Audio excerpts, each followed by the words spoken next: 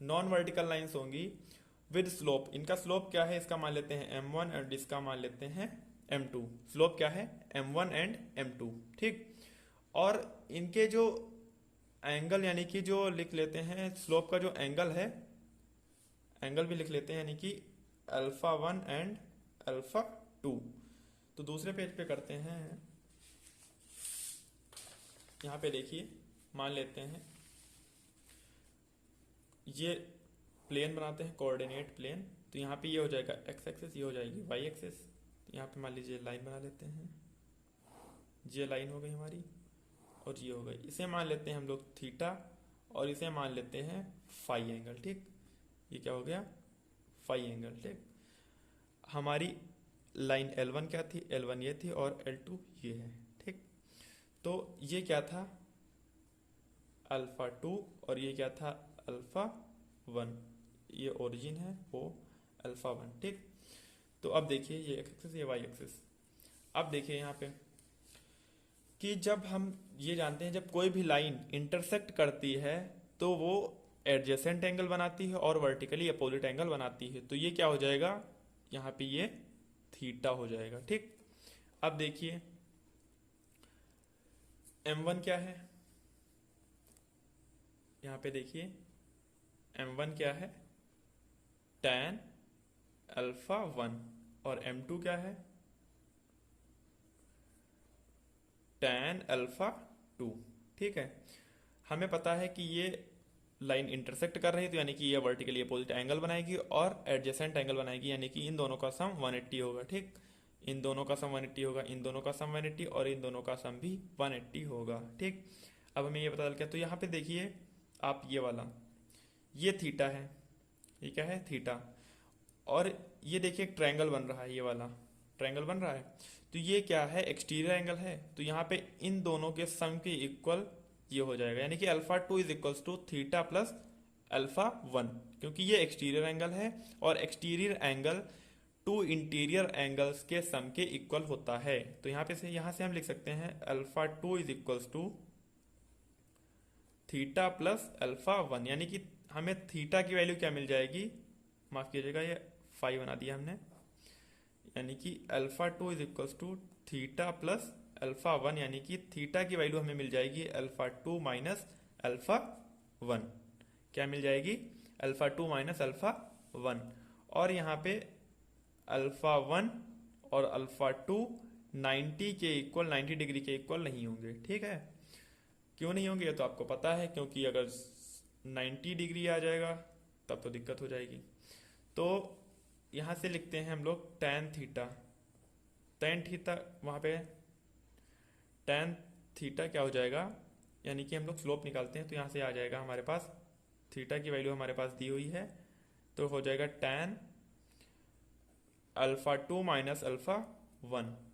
और इसकी एक प्रॉपर्टी होती है कि जब कोई ऐसे साइन आ जाता है तो यहाँ से हम बोल सकते हैं, प्रॉपर्टी है tan α2 minus tan α1 upon 1 plus tan α2, या 1 लिखते हैं tan α1 और tan α2, ठीक है। तो हमें पता है tan α2 क्या है, tan α2 यानी कि स्लोप ऑफ लाइन m2 है। क्या है, स्लोप ऑफ लाइन L2 की लाइन की स्लोप है, यानी कि m2। तो क्या बोल सकते हैं, m2। और माइनस tan α1 क्या है, tan α1 यानी कि स्लोप ऑफ लाइन L1 यानी कि m1, ठीक है। तो ऐसे ही यहाँ पे 1 प्लस m2 m1, ठीक है, या m1 m2 भी बोल सकते हैं, ठीक। तो यहाँ से हमें क्या पता चल गया कि जो tan थीटा होता है, tan theta is equals to, tan theta किसके इक्वल आ जाएगा, m2 minus m1 upon 1 plus m1 m2 के इक्वल आ जाएगा, ठीक है। तो यहाँ से देखिए अगर हम यहाँ से tan फाई निकालते हैं, tan फाई निकालते हैं तो हो जाएगा tan 180 माइनस थीटा, क्योंकि देखिए यहाँ पे देखिए ये वाला फाई था एंगल, ये फाई है, यानी कि ये दोनों वर्टिकल अपोजिट एंगल फाई। तो यहाँ पे देखिए अगर ये हमें पता चल गया थीटा, तो यानी कि ये दोनों को एंगल क्या बना रहे हैं 180। 180 में से अगर हम थीटा को माइनस कर दे तो हमें फाई पता चल जाएगा, यानी कि फाई की वैल्यू क्या है 180 माइनस थीटा। ठीक, तो यहीं से हमने लिखी है tan phi is equal to 180 minus theta. तो ये क्या हो जाएगा माइनस का tan थीटा। ठीक है, माइनस का tan थीटा।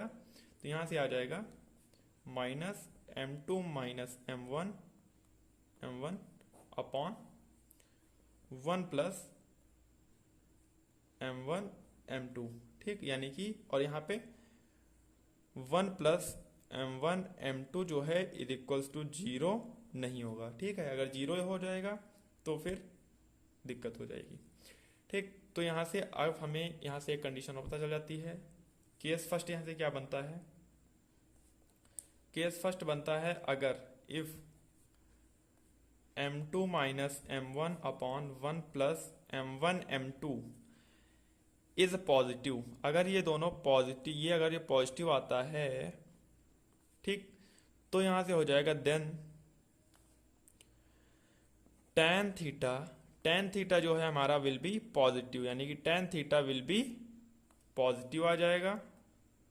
ठीक है, tan theta will be positive and tan phi जो है वो आ जाएगा विल बी निगेटिव।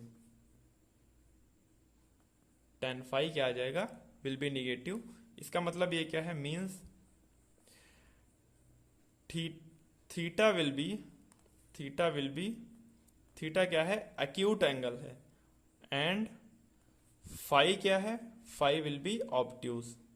फाई क्या है ऑब्ट्यूज एंगल है। ठीक, अब केस सेकंड क्या बनता है, यहां से केस सेकंड बनता है if m2 minus m1 upon 1 plus m1 m2 is negative. अगर ये निगेटिव आता है, ठीक, अगर ये निगेटिव आता है देन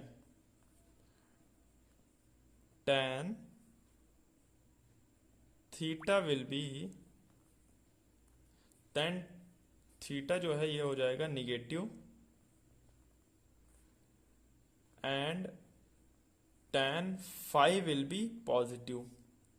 फाई क्या हो जाएगा पॉजिटिव हो जाएगा। इसका मतलब क्या है, मीन्स थीटा जो है वो हो जाएगा ऑब्ट्यूज एंगल। ठीक, theta will be obtuse and phi will be acute. ये था इंट्रोडक्शन, तो ये आपको समझ में आ गया होगा। तो अब हम लोग इसकी एक्सरसाइज सॉल्व करेंगे। ठीक है, माफ कीजिएगा, इसमें एक पॉइंट अभी और देख लेते हैं कि कोई भी कोलीनियर कब होंगे। ठीक है, कोलीनियर वाला एक इंट्रोडक्शन थोड़ा छूट रहा था, वो देख लेते हैं। कोलीनियर या collinearity of a line, collinearity of a 3 point देखते हैं हम लोग। ठीक, कोलिनियरिटी ऑफ अ 3 पॉइंट्स।